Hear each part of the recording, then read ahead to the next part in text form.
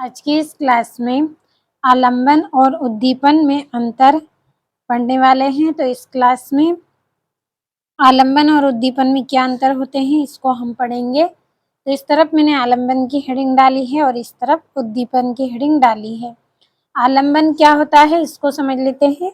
आलंबन का अर्थ अगर हम समझे तो इसका अर्थ होता है कि जो भाव हमारे अंदर जागृत होते हैं, किसी सहारे को पाकर ये भाव क्या होते हैं हमारे अंदर उत्पन्न हो जाते हैं, उसे हम आलंबन कहते हैं।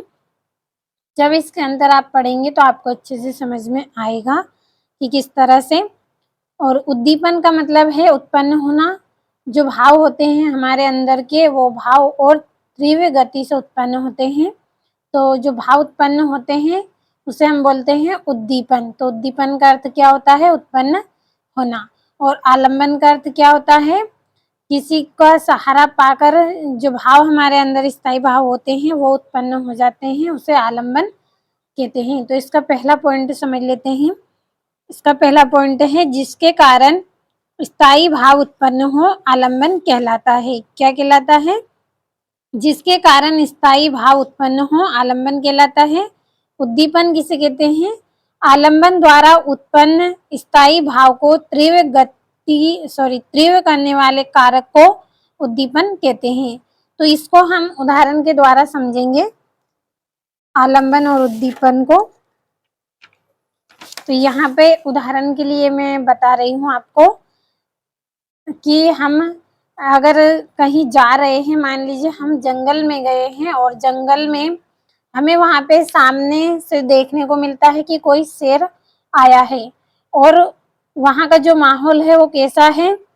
घना जंगल है और अंधेरी रात है। क्या है? घना जंगल है और अंधेरी रात है। तो वहां पे जो शेर है वो क्या है? हमारा आलंबन है। तो यहाँ पे हम लिख लेते हैं कि ये शेर और क्या है? घना जंगल। घना जंगल है, साथ में क्या है? अंधेरी रात है। और यहाँ पे मान लीजिए कोई एक व्यक्ति खड़ा हुआ है। यह कोई व्यक्ति है और व्यक्ति के सामने यहाँ पे कोई शेर आया है। तो यहाँ पे जो शेर है ये क्या है? आलंबन है।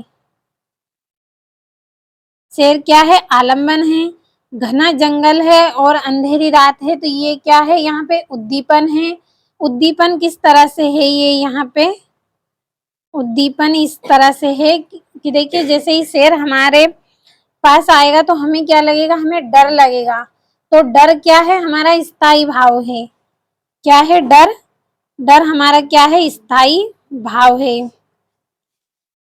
स्थायी भाव पहले लिख लेते हैं, फिर इसको हम थोड़ा अच्छे से समझेंगे।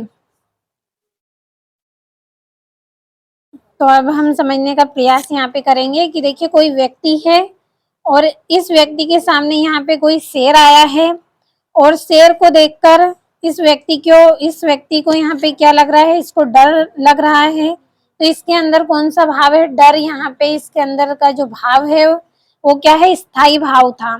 यह स्थायी भाव जागृत हुआ है। कब जागृत हुआ है? शेर को देखकर।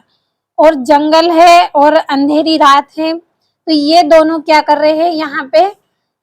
और जो डर है उसका और अधिक उसको बढ़ा रहे हैं। तो क्या कर रहे हैं? उद्दीपन का कार्य कर रहे हैं। किस तरह से कर रहे हैं?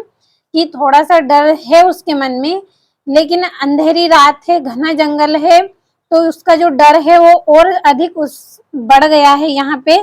तो इसका जो डर बढ़ने का जो कार्य है वो क्या है? यहाँ पे उद्दीपन है। ये दोनों कार्य कौन कर रहे हैं? जंगल कर रहे हैं और जो अंधेरी रात है वो कर रही है। तो समझ में आया होगा आपको।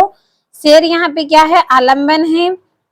शेर को देखकर यह कोई व्यक्ति है जो डर गया है, तो इसके अंदर जो भाव बैठा हुआ था, कौन सा भाव बैठा हुआ था? इसके अंदर डर का भाव। तो यह भाव स्थायी था और यह शेर को देखकर डरा है। इसके अंदर डर का जो भाव जागृत हुआ है और अधिक इस डर को बढ़ावा दिया है। किसने बढ़ावा दिया है?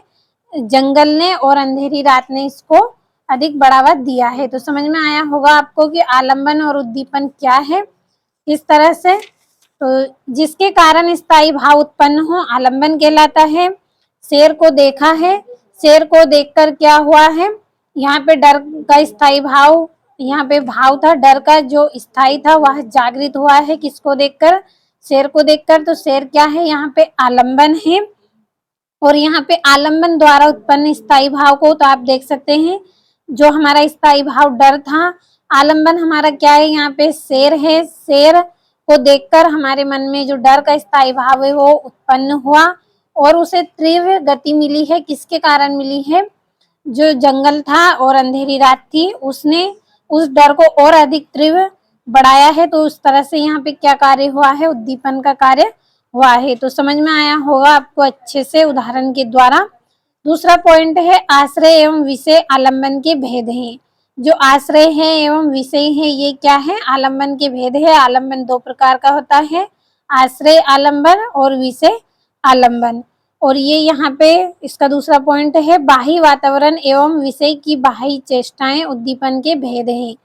उद्दीपन के भेद कौन से हैं, बाह्य वातावरण एवं विषय की बाह्य चेष्टाएं उद्दीपन के क्या है, भेद हैं। तो अभी मैंने आपको बताया था कि जो घना जंगल है, अंधेरी रात है, ये सब क्या है, बाहरी वातावरण है जो क्या कर रहे हैं, हमारे अंदर जो स्थायी भाव है उसको जगाने का कार्य करते हैं। किसी कारण से हमारे अंदर का जो भाव है वो जागृत हो जाता है और अधिक उसे बढ़ावा मिल जाता है बाहरी वातावरण के जरिए। तो समझ में आया होगा आपको दोनों पॉइंट यहाँ से अच्छे से, आलंबन और उद्दीपन एक दो बार अच्छे से पढ़ेंगे। आप थोड़ा सा समझने का प्रयास करें इसको उदाहरण के द्वारा, तो आपको अच्छे से समझ में आएगा कि आलंबन और उद्दीपन क्या है। तो अच्छे से स्क्रीनशॉट लीजिए और अपनी नोटबुक में नोट कर लीजिए।